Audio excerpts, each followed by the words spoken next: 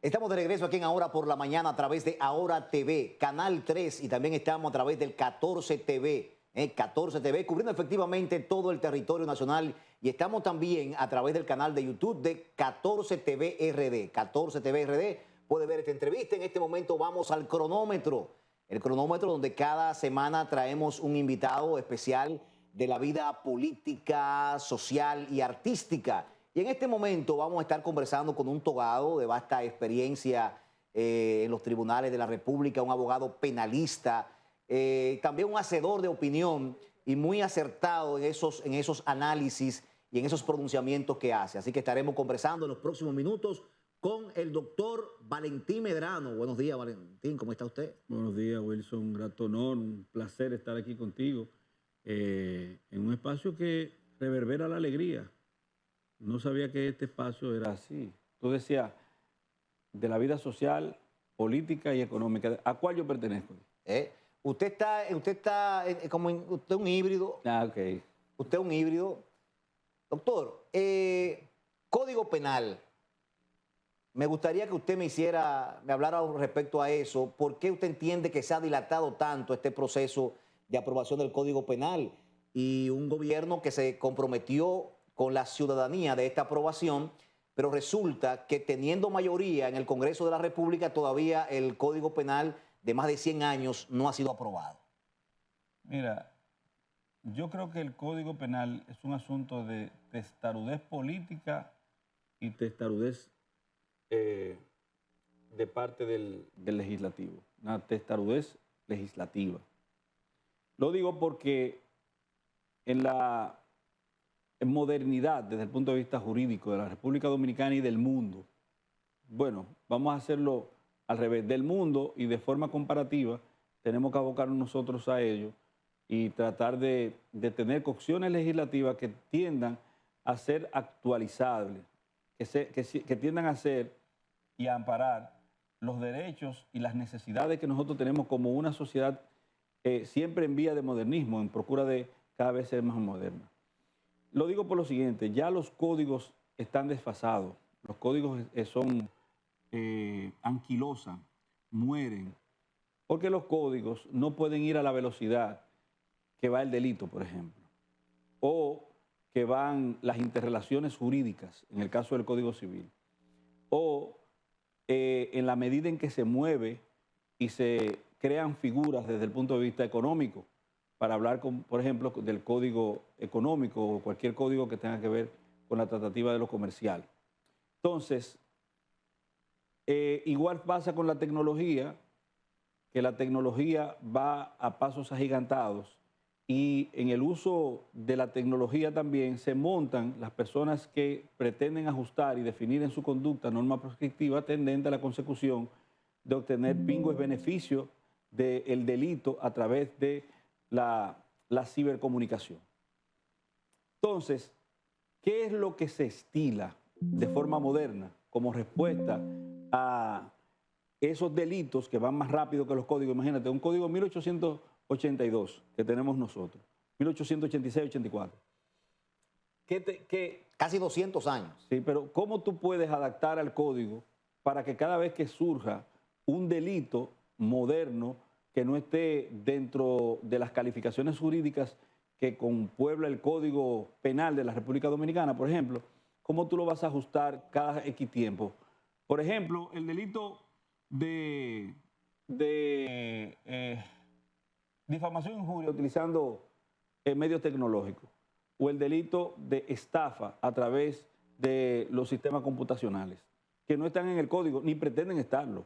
Porque fíjate que el código se supone que es una recolección, una conjunción de todas las legislaciones que se encuentran de forma proscriptiva, en el caso del derecho penal, vigentes. Pero en ese código no está la ley de lavado de activos, que es una ley especial. En ese código no está programado que estén los delitos de eso que hablamos, con el uso de tecnología.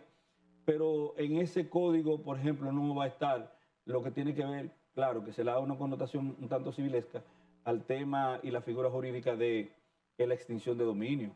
Pero en ese código tú no vas a encontrar muchísimas de las leyes especiales que rigen la vida en ciudadanía de la República Dominicana. Y Pero es algo tiene que, justamente, pero está bien, no, usted entiende que el código ya en estos tiempos no es posible o no se adapta a las legislaciones modernas, pero ¿cómo entonces condenamos el delito? Si no es mediante el código. no, ¿Qué hacemos? por ejemplo, te puse varios ejemplos de leyes especiales que hay en la República Dominicana. La ley de lavado de activos es tal vez la ley que le está dando mejores resultados en términos de persecución al sistema de enjuiciamiento y persecución penal de la República Dominicana. ¿Cuántas personas tú no oyes que han sido condenados por lavado de activos? Muchísimas, pero eso no está en el código. Es una ley especial. Y la ley especial puede ir a la velocidad que el delito se va construyendo. Porque fíjate qué es lo que ocurre, que la gente a veces no entiende, cómo funciona el principio de legalidad y cómo tú tienes que aplicar inexacto la definición del tipo penal para poder prohijar un estadio situacional de persecución y condenación de la misma a partir del respeto a las garantías penales sustantivas y a las normas. Funciona de esta forma.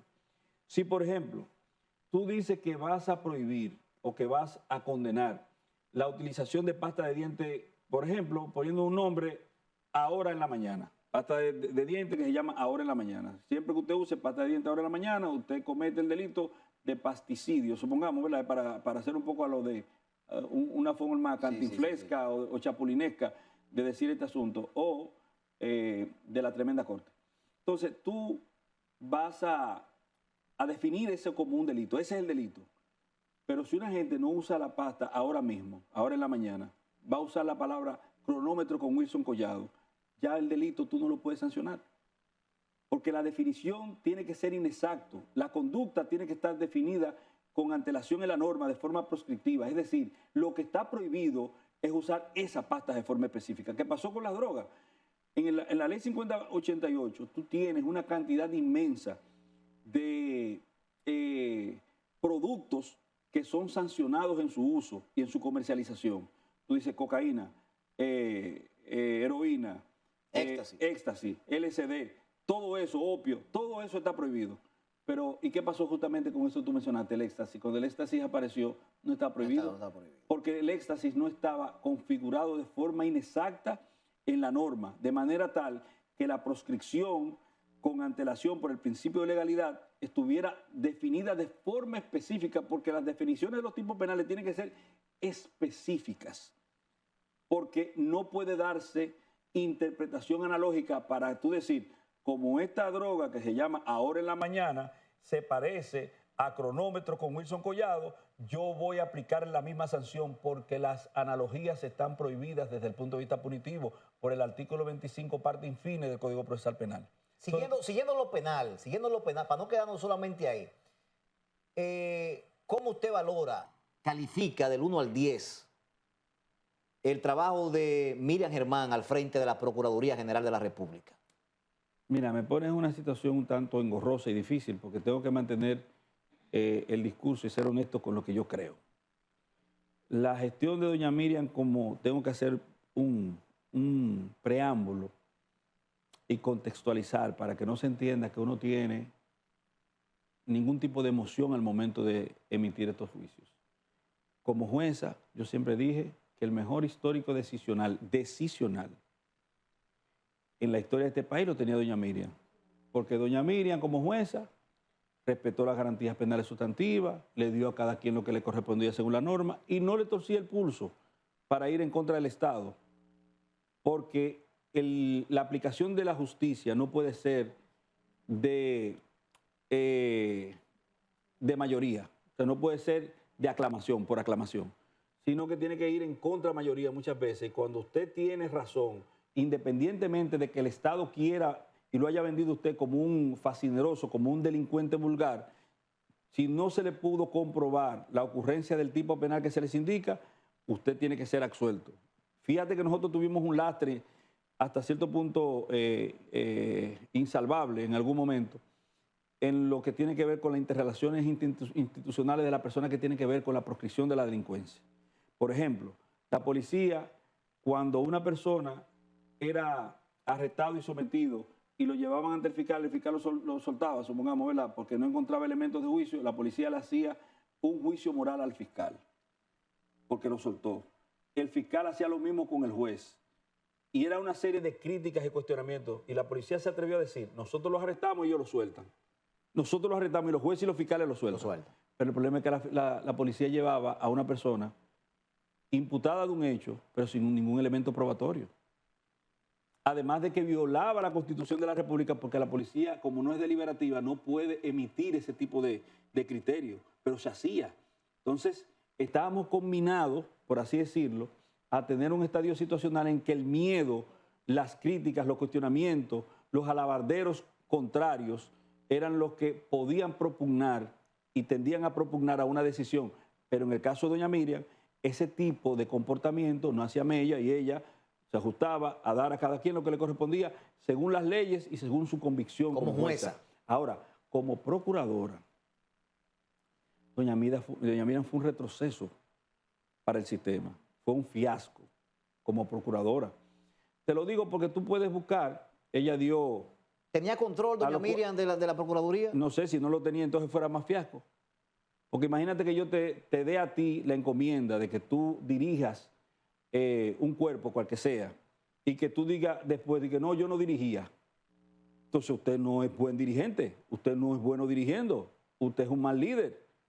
Porque si usted no tiene la capacidad de dirigir un cuerpo que se le encomendó y el que usted aceptó, porque si usted se siente que no está calificado para asumir una posición determinada, pues renuncie o no la acepte, pero usted la aceptó. Entonces se supone que usted tenía que tener un librito incluso de qué usted iba a hacer para diferenciarse de lo que usted cuestionó.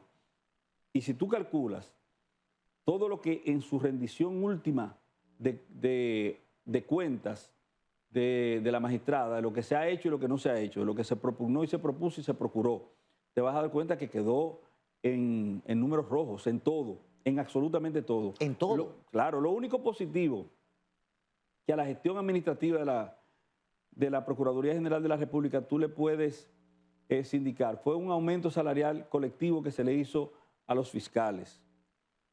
Pero cuando tú pasas eso por el tamiz de la... ¿Pero le hicieron protesta a los fiscales ahí en un momento? Sí, sí, y protestas que fueron muy bien, ¿cómo te digo?, sostenidas, razonadas, con fundamento. Porque fíjate que a pesar de que arriesgan sus vidas, los fiscales, que son héroes anónimos en su gran mayoría, hay 2 o 3 que son conocidos, pero la gran mayoría de los fiscales no salen en las esquelas periodísticas. Hay muchos carpetosos sin embargo, ahí. sí, pero sin embargo ellos están jugándose la vida para proscribir la delincuencia, para que nosotros vivamos en un estadio de paz, en un estadio de confraternidad, por así decirlo, limitando la peligrosidad. ¿Qué ocurre con este asunto de las huelgas? ¿Por qué eran? Bueno, los fiscales, a pesar, vuelvo y te digo, de arriesgar su vida, tienen un salario deprimido. Indefectiblemente de los aumentos que se le han hecho a los fiscales, ganan mucho menos que un juez. Y la ley dice que tienen que ganar el equivalente al juez que dentro de su competencia ellos sean iguales. Por ejemplo, un juez de primera instancia tiene que ganar lo mismo que un fiscal, porque las calificaciones de fiscal son fiscalizador, fiscal y procurador ante la Corte de Apelación. Esas son las calificaciones. Y no puede ser que un juez de paz gane más que un fiscalizador ante el juzgado de paz. Pero no esa desproporción también existe en el Estado. Sí, de todo hay, pero fíjate que en el Ministerio Público había, hasta la llegada del ex procurador general de la República, Jean Alain Rodríguez, una dispersión en términos de salario. Habían varios fiscales que ganaban hasta 12,000 y 20,000 pesos más que otros fiscales de la misma condición, sin ningún tipo de explicación, sin razón lógica. Eso ocurrió. Entonces, con respecto al plan de pensiones y jubilaciones, doña Miriam pasó por ahí y no pudo dejar un plan de pensiones y jubilaciones para los ministerios públicos. ¿Hay expectativa con Jenny Berenice? Ella es una fiscal de carrera. Esos lastres y esos problemas que yo te estoy mencionando aquí, que me he quedado corto porque obviamente no sabía que íbamos a tratar el tema. Y la magistrada Jenny Berenice tiene un amplio conocimiento de cuáles son esos problemas. Y obviamente que si ella sabe de los mismos, ella sabe también cómo solucionarlos. El tema sería si ella, a diferencia de los procuradores generales de la República que hemos tenido, va a contar con el absoluto respaldo del Ejecutivo, porque aquí nada se puede hacer sin dinero. ella, yo sé que debe tener interés, porque ella es una persona que se va a beneficiar de eso, y no por interés particular ni personal, sino porque ella siente y sufre al Ministerio Público, ella vive el Ministerio Público. ¿Hubo judicialización de la política, ha existido durante estos últimos años, o claro político sí. corrupto? ¿Cuál de las dos? No, claro que sí, hubo judicialización de la política, el lawfare, lo mismo que criticó el presidente Donald Trump respecto a él mismo como víctima del lawfare. Y aquí en la República Dominicana ese librito se puso a circular al dedillo, al absoluto dedillo. Y te voy a poner un ejemplo simple, porque aquí no hay que ser un matemático del derecho, ni un gurú, ni un super experto, ni haber salido de la NASA desde el punto de vista jurídico, o de Harvard, que es el referente casi siempre que se hace de universidad en cuanto a excelencia se refiere con el producto terminado profesionalmente hablando. Yo te lo pongo simple. Tú tienes ahora en la mañana y tienes cronómetro con Wilson Collado, ¿verdad? Tienes el cronómetro con Wilson Collado. Aquí al lado posiblemente se haga otro programa que nada tiene que ver contigo. Si tú estás siendo investigado por la comisión de un acto de transgresión a las disposiciones punibles, que podríamos ponerle el epígrafe, por ejemplo, de actos de corrupción, ¿qué tiene que ver la persona que está ahí al lado, a menos que haya algún tipo de mancuerdo o interrelación contigo? Y voy a los ejemplos en específico. El candidato a la presidencia, cuando el presente gobierno logró desde la oposición granjearse el favor popular e investirse como gobierno, en este caso presidente y vicepresidente de la República para el Ejecutivo, y obtuvieron la mayor cantidad de curules, tanto en lo que tiene que ver con el plano de los síndicos y regidores y también del legislativo. El candidato opositor, que no era opositor sino del gobierno, pero que era opuesto al actual gobierno, lo fue Gonzalo Castillo. Gonzalo Castillo. En el 20. Gonzalo Castillo, antes de ser candidato del PLD, lo que era ministro de Obras Públicas. Ministro de Obras Públicas. Sí. Quédate ahí, Obras Públicas. Sí. ¿Cuál es la función de Obras Públicas? Están establecidas en su ley orgánica. Construir, básicamente eso. Y Gonzalo está preso por un desliz, por un presunto acto de corrupción en Obras Públicas. No. No, está preso por un aparente cisamiento de los recursos en Obras Públicas, que tú entenderías la lógica. Pero Gonzalo Castillo está preso en un proceso de un presunto acto de corrupción que ocurrió en el Ministerio de Hacienda. Una locura. No, yo lo pongo así porque tal vez a la gente le haga lógica y empiece a entender y abrir los ojos, porque nosotros estábamos, gracias a la USAID y a los comunicadores que se hicieron partícipes, que se hicieron cómplices de esa agenda, gracias a ellos, el librito... ¿Recibieron recursos ellos, sí o no? ¿No te crees? Mira, según la experiencia. O lo hicieron por Bukele dijo que sí, allá. ¿Verdad? Donald Trump dijo que sí, entonces por aquí no. Oye, el único país que no ha llamado a hacer una investigación para saber las implicaciones del dinero que manejó USAID en estos países, es la República Dominicana. Pero eso tiene su lógica, porque la USAID, como dijo Juan Bolívar Díaz, la USAID se comportó como un partido político que buscó recursos a través de participación ciudadana.